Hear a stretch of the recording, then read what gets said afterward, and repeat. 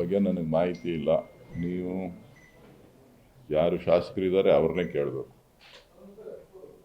ನನಗೆ ಅದ್ರ ಬಗ್ಗೆ ಯಾವುದೇ ಮಾಹಿತಿ ಇಲ್ಲ.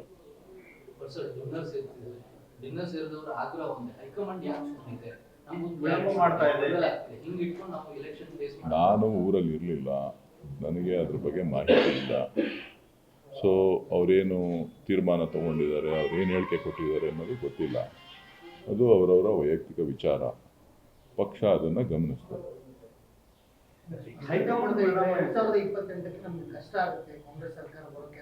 ಹೇಳಿದ್ನಲ್ಲಪ್ಪ, ನನಗೇನು ಗೊತ್ತಿಲ್ಲ. ಚುನಾವಣೆಗೆ ನಿಲ್ಲೋರಿಗೆ ಕಷ್ಟ ಆಗ್ಬೋದು, ನನಗೇನು ಕಷ್ಟ ಆಗಲ್ಲ. ಚುನಾವಣೆಗೆ ನಿಲ್ತೀವಿ ಅನ್ನೋರು ಕಷ್ಟ ಆಗ್ಬೋದು, ನಾನೇನು ಚುನಾವಣೆಗೆ ನಿಲ್ಲಲ್ವಲ್ಲ, ನಾನು ಹೆಂಗೆ ಹೇಳಿ?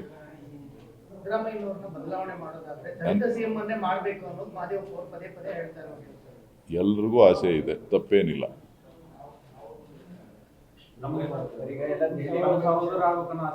ನಾನು ಮುಂಚೆನೇ ಹೇಳಿದ್ದೀನಲ್ಲಪ್ಪ, ನಂದೇನಂತ ಹೇಳಿದ್ದೀನಲ್ಲ. ಅದೇನು ದಿನ ಹೇಳ್ಬೇಕಾ ನಾನು? ಪದೇ ಪದೇ ಏನು ಹೇಳೋವಂಥ ಅವಶ್ಯಕತೆ ಇಲ್ಲ. ನಾನು ಸ್ಪಷ್ಟಪಡಿಸಿದ್ದೀನಿ ಏನು ನಮ್ಮ ವಿಚಾರ ಏನು ಅಂತ ಹೇಳಿ. ಯಾರು ಆಕಾಂಕ್ಷಿಗಳಿರುವಂಥದ್ರಲ್ಲಿ ತಪ್ಪಿಲ್ಲ. ಇದೇ ಸರ್ಕಾರದಲ್ಲಿ ತಮ್ಮ ಸಹೋದರರನ್ನ ಸಿಎಂ ಪಟ್ಟ ಕಟ್ಟೋದಕ್ಕೆ ತಮ್ಮ ಪ್ರಯತ್ನ ಹೇಗಿದೆ? ನನಗೇನು ಗೊತ್ತಿಲ್ಲಪ್ಪ, ನೀವೇನು ತೋರಿಸ್ತೀರಿ ಅದನ್ನು ನೋಡ್ತಾ ಇದ್ದೀನಿ. ತಮ್ಮ ಪ್ರಯತ್ನ ಹೇಗಿದೆ? ಶಾಸಕರ ಸಂಖ್ಯೆ ಜಾಸ್ತಿ ಆಗಿದೆ ಅನ್ನುವಂಥದ್ದು ಆ ಥರದ್ದೇನೂ ಇಲ್ಲ. ನನಗೆ ಶಾಸಕರ ವಿಚಾರ ನನಗೆ ಗೊತ್ತಿಲ್ಲ. ನನಗೇನಾರ ಬೊಮ್ಮೂಲ್ ವಿಚಾರ ಇದ್ದರೆ ಕೇಳಿ.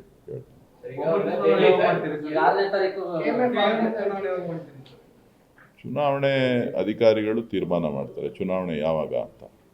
ಆವಾಗ ಚುನಾವಣೆಯಲ್ಲಿ ಯಾರು ಪಕ್ಷ ಯಾರನ್ನ ತೀರ್ಮಾನ ಮಾಡ್ತದೆ ಅವ್ರು ನಿಂತ್ಕೊಳ್ತಾರೆ. ನಾನು ಯಾವುದಕ್ಕೂ ಆಕಾಂಕ್ಷಿ ಅಲ್ಲ. ಇಲ್ಲಪ್ಪ, ಅದ್ರ ಬಗ್ಗೆ ನನಗೆ ಗೊತ್ತೂ ಇಲ್ಲ. ನಾನು ರಾಜಕೀಯ ಪಂಡಿತನೂ ಅಲ್ಲ.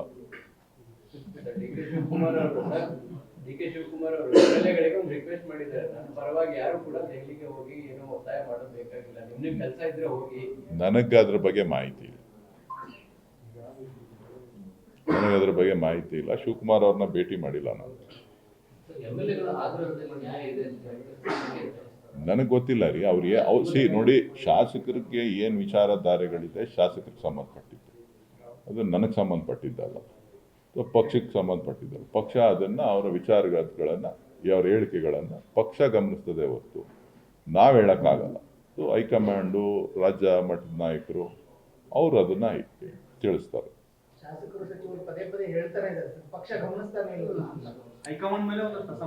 ಎಲ್ಲದ ತಾಳ್ಮೆ ಇರಲಿ.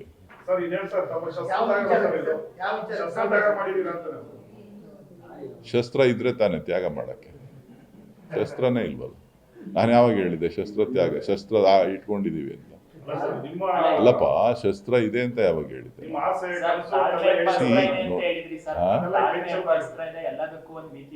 ಈಗಲೂ ಹೇಳಿದ್ನಲ್ಲ, ತಾಳ್ಮೆ ಇರ್ಲಿ ಅಂತ.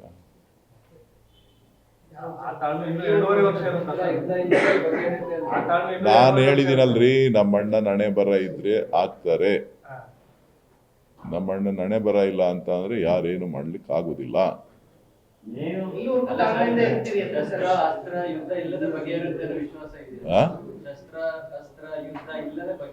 ಇದು ರಾಜಕಾರಣ. ಶಸ್ತ್ರ ಬೇಕಾಗಿಲ್ಲ, ಅಸ್ತ್ರ ಬೇಕಾಗಿಲ್ಲ.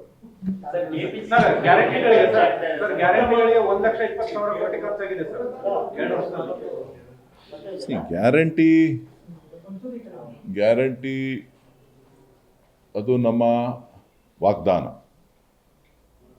ಕರ್ನಾಟಕದ ಜನರಿಗೆ ಕೊಟ್ಟಿರ್ತಕ್ಕಂಥ ವಾಗ್ದಾನ. ಆ ವಾಗ್ದಾನದಂತೆ ನಡಿಬೇಕು. ಇವತ್ತು ಪಕ್ಷದ ಅಧ್ಯಕ್ಷರಿರ್ಬೋದು, ಮುಖ್ಯಮಂತ್ರಿಗಳಿರ್ಬೋದು, ನಾವೆಲ್ಲರೂ ಕೂಡ ಯಾರು ಚುನಾವಣೆಯಲ್ಲಿ ಎದುರಿಸಿದ್ರು ಎಲ್ಲರೂ ಕೂಡ ನಾವು ಗ್ಯಾರಂಟಿಗಳನ್ನು ಕೊಡ್ತೇವೆ ಅಂತೇಳಿ ನಂಬಿಕೆಯಿಂದ ಜನರಿಗೆ ಹೇಳಿದ್ದಾರೆ. ಆ ನಂಬಿಕೆಯನ್ನು ಉಳಿಸ್ಕೊಳ್ಳೋಂಥ ಕೆಲಸ ಅವ್ರು ಮಾಡಬೇಕು. ಬರ್ಡನ್ನಾರು ಆಗಲಿ, ಏನಾದರೂ ಆಗಲಿ, ಅವ್ರು ಹೇಳೋದಕ್ಕಿಂತ ಮುಂಚಿತವಾಗಿ, ನಮ್ಮ ಮಾತುಗಳನ್ನು ಕೊಡೋದಕ್ಕಿಂತ ಮುಂಚಿತವಾಗಿ ಅದರ ಬಗ್ಗೆ ಚಿಂತನೆಗಳನ್ನು ಮಾಡಬೇಕಾಗಿತ್ತು.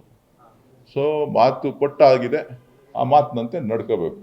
5 ವರ್ಷಗಳ ಕಾಲ ಏನೇ ಕಷ್ಟ ಆದ್ರೂ ಕೂಡ ಆ ಗ್ಯಾರಂಟಿಗಳನ್ನು ರಾಜ್ಯದ ಜನರಿಗೆ ಕೊಡಬೇಕು. ಅದು ನಮ್ಮ ನಂಬಿಕೆ. ಕೆಲ ಸಚಿವರು ಸಿರಿವಂತರೆಲ್ಲ ಬಿಟ್ಬಿಡಿ ಅಂತ ಹೇಳಿ ರಿಕ್ವೆಸ್ಟ್ ಮಾಡೋ ಪರಿಸ್ಥಿತಿಗೆ ಬಂದಿದೆ. ಅದು ಬೇರೆ. ಅದು ಸಿರಿವಂತರು ತಗೋತಾ ಇದ್ರೆ ಅದು ತಪ್ಪು. ಗ್ಯಾರಂಟಿ ಯೋಜನೆಗಳು ಯಾರು ಅಸಹಾಯಕರಿದ್ದಾರೆ, ಯಾರು ಜೀವನ ನಡೆಸಲಿಕ್ಕೆ ಕಷ್ಟ ಇದೆ, ಯಾರು ಬದುಕಿನಲ್ಲಿ ಹೋರಾಟ ಮಾಡ್ತಾ ಇದ್ದಾರೆ ಅಂಥವ್ರಿಗೆ ಆ ಯೋಜನೆಗಳು.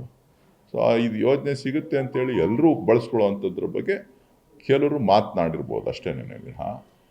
ನಾವು ಏನು ವಾಗ್ದಾನ ಕೊಟ್ಟಿದ್ದೀವಿ, ಏನು ನಂಬಿಕೆಯ ಮಾತುಗಳನ್ನು ಕರ್ನಾಟಕದ ಜನರಿಗೆ ಸಾರಿ ಹೇಳಿದ್ದಾರೆ. ಮುಖ್ಯಮಂತ್ರಿಗಳಿರ್ಬೋದು, ಪಕ್ಷದ ಅಧ್ಯಕ್ಷರಿರ್ಬೋದು, ಇಬ್ಬರು ಏನು ಹೇಳಿದ್ದಾರೆ ಅದನ್ನು ಅನುಷ್ಠಾನ ಮಾಡಿದ್ದಾರೆ. ಆ ಅನುಷ್ಠಾನದಲ್ಲಿ ಹಿಂದೆ ಸರಿಯುವಂಥ ಪ್ರಶ್ನೆ ಇಲ್ಲ.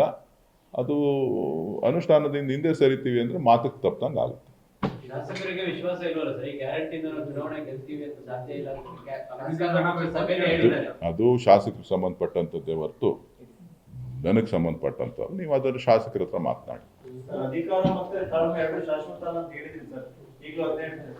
ಅಷ್ಟೇ. ಅದು ಒಂದು ಸಾರಿ ಹೇಳಿದ್ಮೇಲೆ ಪದೇ ಅದೇ ಪದ ಬಳಸೋಂಥದ್ದಲ್ಲ, ಬೇರೆ ಪದಗಳನ್ನು ಹೇಳಬೇಕಾಗ್ತದೆ.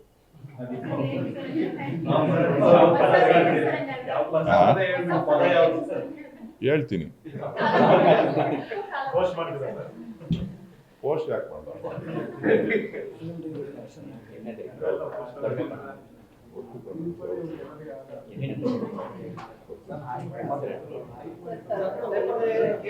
ಇನ್ನಷ್ಟು ಹೆಚ್ಚಿನ ಮಾಹಿತಿಗಾಗಿ ಫಾಲೋ ಮಾಡಿ ಬ್ರಿಗೇಡ್ ನ್ಯೂಸ್ ಕನ್ನಡ.